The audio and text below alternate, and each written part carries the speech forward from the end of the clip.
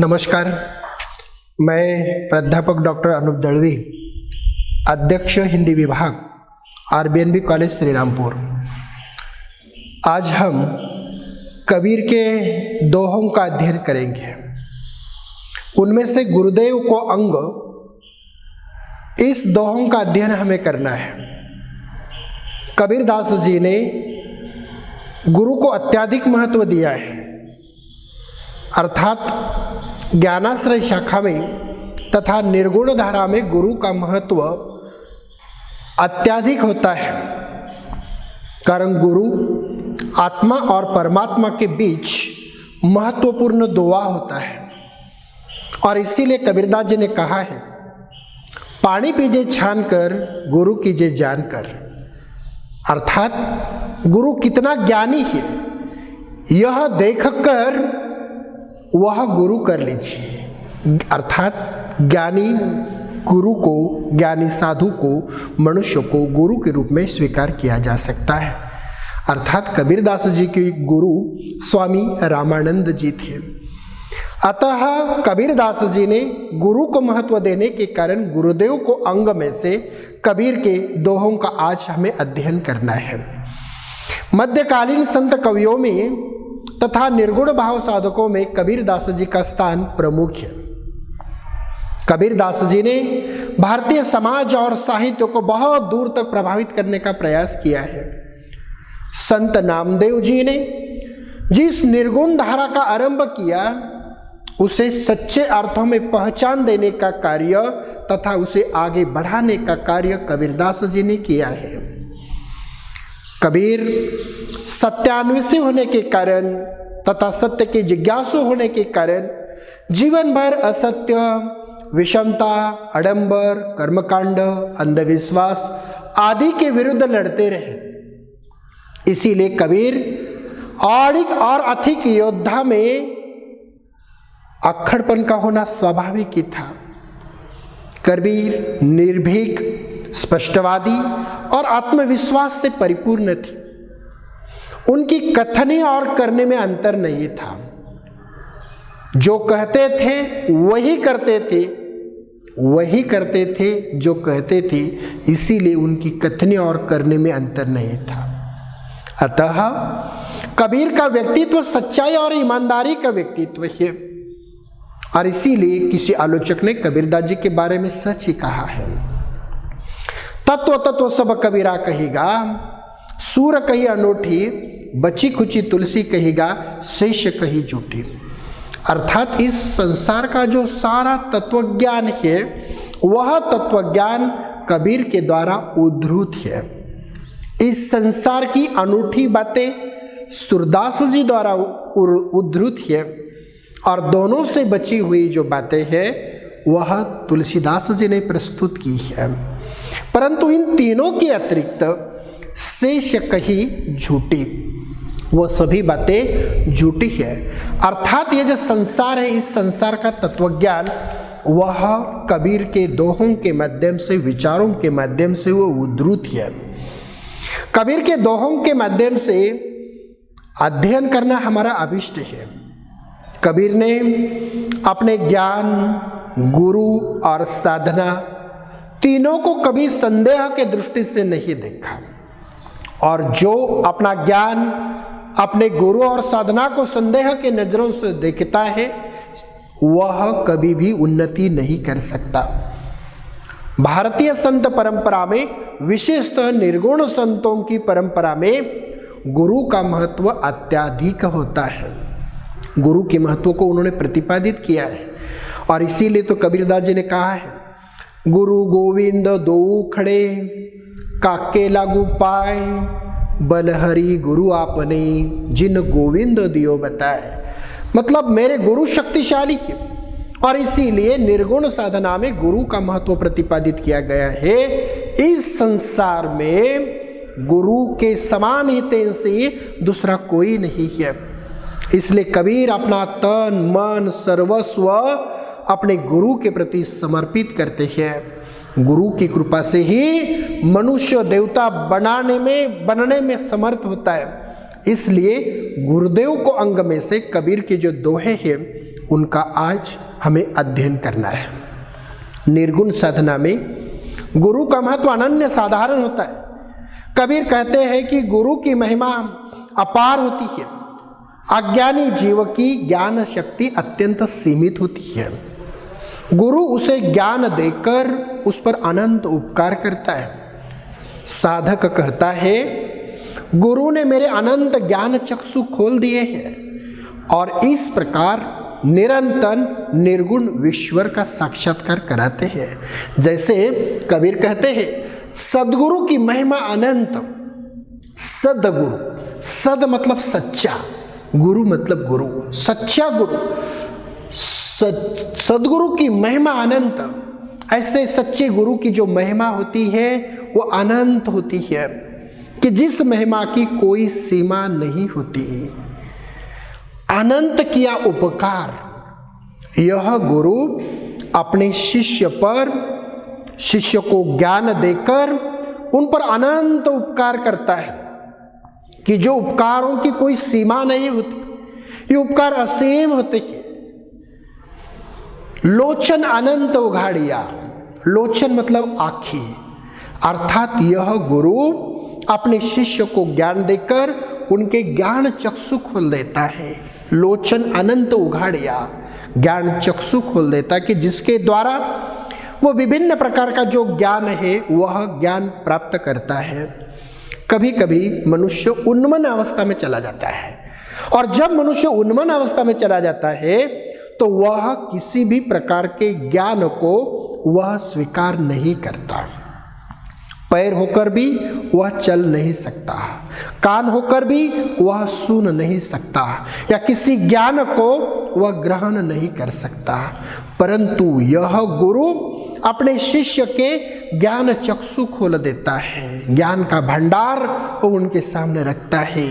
लोचन अनंत उगाड़िया, उन शिष्य के ज्ञान चक्षु खोलकर वह उनको उपकार करता है।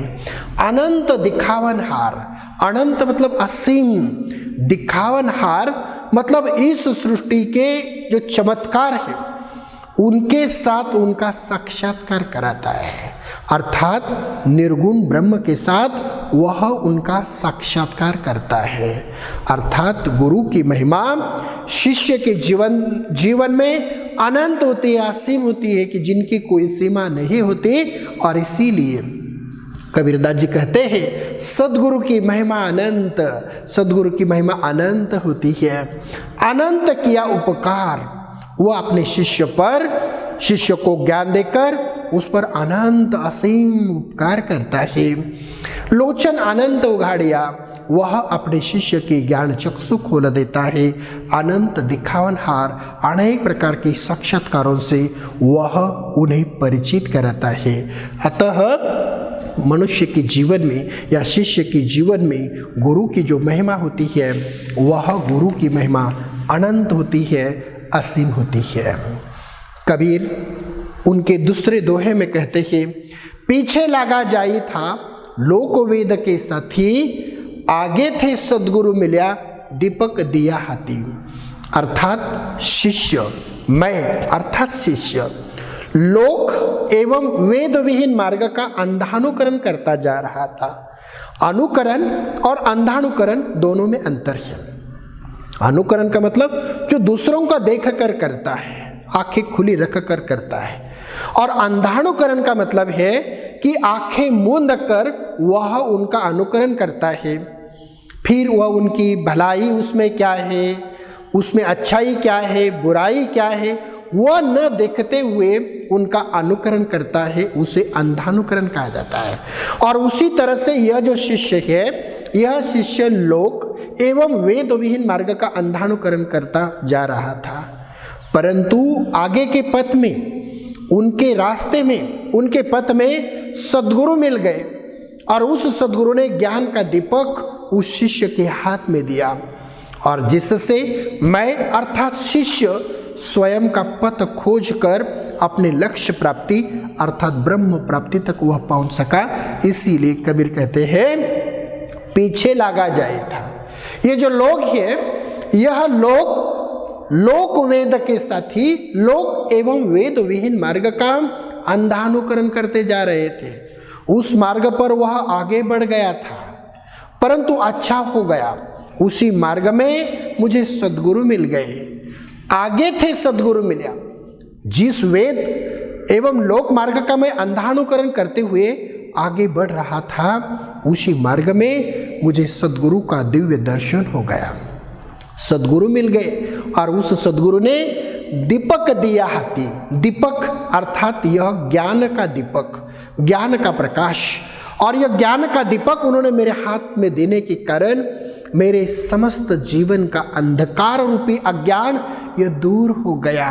दीपक दिया हाथी, और जिसके कारण मुझे सच्चे जगत का ज्ञान हो गया। मेरे जीवन का अंधकार, अज्ञान रूपी अंधकार हमेशा के लिए मिट गया। गुरु की कृपा मुझ पर हो गई। इसीलिए कबीरदास जी कहते हैं कि उस मार्ग में अच्छा हो गया कि मुझे सद्गुरु मिल गए, और सद्गुरु मिलने के कारण मेरे जीवन की समस्त पीड़ा, समस्त अंधकार, समस्त समस्याएं यह हमेशा हमेशा के लिए दूर हुई। इसीलिए कबीरदास जी कहते हैं, पीछे लागा जाए था लोक वेद के साथी, आगे थे सद्गुरु मिला। आगे के मार्ग में सद्गुरु मिल गए, दीपक दिया हाथी, और उन्होंने ज्ञान रूपी दीपक मेरे हाथ में दिया, और जिसके कारण मेरे जीवन का समस्त जो अंधकार है वह अंधकार मेरे जीवन का दूर होता गया। कबीर कहते हैं, चेला अर्थात शिष्य अंधा अर्थात अज्ञानी ही होता है, परंतु ऐसी स्थिति में अगर उसका गुरु भी अंधा अर्थात अज्ञानी हो तो ऐसी स्थिति में यह अंधा गुरु और अंधा शिष्य एक दूसरों को ठेलते हुए चलते हैं और किसी विषय वासना रूपी कुएं में जाकर दोनों गिर जाते हैं। अर्थात मार्ग और लक्ष्य को न जानने के कारण यह दोनों एक दूसरों को ठेलते हुए चलते हैं और अंत में विषय वासना रूपी कुएं में गिरकर यह नष्ट होते हैं। और इसीलिए कबीर कहते हैं, जाका गुरु भी अंधला, जाका मतलब जिसका, गुरु भी अंधला, अंधला मतलब अज्ञानी, अर्थात जिसका गुरु अज्ञानी होता है। चेला खरा निरंद, चेला मतलब शिष्य, खरा मतलब पूर्णतः, निरंद मतलब अंधा। अगर गुरु ही अंधा है या गुरु ही अज्ञानी है तो उनका शिष्य पूर्णतः अज्ञानी तथा अंधा हो जाता है। अगर गुरु को ही ज्ञान नहीं है तो शिष्य ज्ञानी कैसा हो सकता है। और इसीलिए यह अज्ञानी गुरु और शिष्य अंधा अंधा ठेलिया, अंधा अंधा मतलब अज्ञानी गुरु और अज्ञानी शिष्य रास्ते में चलते समय एक दूसरों को ठेल कर चलते हैं, अर्थात उनका मार्ग और लक्ष्य दोनों भ्रष्ट हो जाता है। वो अपने लक्ष्य को जानते नहीं, अपनी मंजिल को जानते नहीं, उसके संबंध में उन्हें ज्ञान नहीं होता। उसी तरह से ये अंधे अंधे अर्थात अज्ञानी अज्ञानी गुरु और शिष्य ठेलिया मतलब एक दूसरों को ठेलते चलते हैं। दुन्नु कुंभ पड़त, दुन्नु मतलब दोनों, कुंभ मतलब कुआ, पड़ंत मतलब गिर जाते हैं। और यह दोनों अज्ञानी गुरु और शिष्य विषय वासना रूपी कुएं में गिरकर नष्ट होते हैं। अतः हमारा सद्गुरु गुरु यह ज्ञानी चाहिए, उसे ज्ञान होना चाहिए। अगर गुरु ज्ञानी है तभी वो अपने शिष्य को ज्ञान देकर असीम साक्षात्कारों से परिचित करा सकता है। इसीलिए कबीरदास जी ने ज्ञानी गुरु की प्रतिष्ठा की है और इसीलिए उन्होंने कहा है, जाका गुरु भी अंधला, चेला खरा निरंद, अंधा अंधा ठिलिया, दुन्नु कुंभ पड़त। यह अज्ञानी अर्थात यह अंधे गुरु और शिष्य दोनों विषय वासना रूपी कुएं में पड़कर दोनों हमेशा हमेशा के लिए नष्ट होते हैं। कबीरदास जी कहते हैं कि मनुष्य पर माया का बंधन होता है। माया उसे कहते हैं जो मोह और आकर्षण का क्षेत्र है, वह सभी माया है। और उसी तरह से यह पूरा संसार उस मोह माया में फंसा हुआ है, उससे कोई बच नहीं सकता। और यह माया अत्यंत आकर्षक होने के कारण, मोहिनी होने के कारण हर किसी को मोह लेती है। इसीलिए माया वह चक्रव्यूह है, उसमें अंदर जाने का तो मार्ग है, लेकिन उससे बाहर निकलने का कोई मार्ग नहीं है। कारण यह माया उसे अपने मोह पास में फंसा देती है। मनुष्य का जो लक्ष्य है, जो मंजिल है, उद्देश्य है, या हमारा जो ब्रह्म प्राप्ति या मोक्ष प्राप्ति का रास्ता है, अंतिम उद्देश्य है, उसके बीच माया ठगिनी होती है। वह हर एक को ठग लेती है, फंसाती है। और इसीलिए कबीरदास जी ने उदाहरण दिया है, माया दीपक। माया यह दीपक जैसे आकर्षक है, दीपक जैसे आकर्षक। नर पतंग, नर मतलब मनुष्य, ये पतंग रूपी उसके टक्के जैसा है। वह मायादीप से आकर्षित होकर उस दीपक के इर्द गिर्द वो घूमता रहता है। माया दीपक, माया ये दीपक रूपी है, नर पतंग, और ये पतंग रूपी मनुष्य उस मायादीप से आकर्षित होकर उनके इर्द गिर्द घूमता है। भ्रमी इवे पड़त, वो भ्रम निर्माण होता है। और इसीलिए यह दीपक, यह पतंग मंडरा कर उसमें ही जलकर नष्ट होता है। भ्रमी उसके लिए भ्रम निर्माण होता है। यह माया मनुष्य में भ्रम निर्माण करती है, और वह भ्रम निर्माण करने के कारण मनुष्य उन्मन अवस्था में चला जाता है। वो कुछ सोच नहीं सकता, वो माया के अधीन हो जाता है। माया वह चक्रव्यूह है जिसमें अंदर जाने का मार्ग है, लेकिन उससे बाहर आने का मार्ग नहीं है।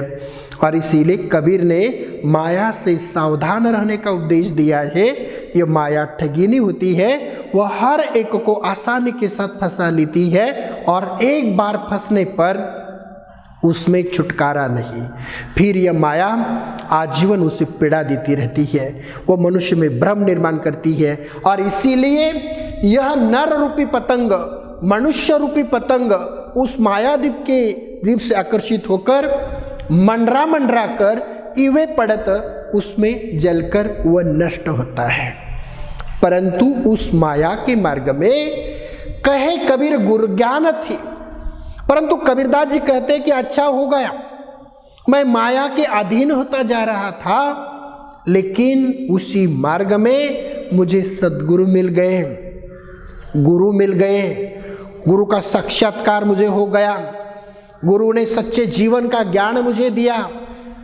कहे कबीर, इसीलिए कबीरदास जी कहते हैं कि यह माया का जो बंधन है, यह माया का जो पास है, कहे कबीर गुरु ज्ञान थे, गुरु का ज्ञान प्राप्त कर कर ही उस माया के बंधन से कोई छूट सकता है। एक आध उपरंद, एकाध विरला ही, एकाध दूसरा मनुष्य ही उस माया दीप के आकर्षण से बच सकता है। एक आध उपरंद, एक आध मतलब एकाध दूसरा, उपरंद मतलब बच सकता है, मतलब एकाध विरला ही उस माया के आकर्षण से बच सकता है। इसीलिए माया यह ठगिनी होती है, मोहित करने वाली होती है, आकर्षक होती है।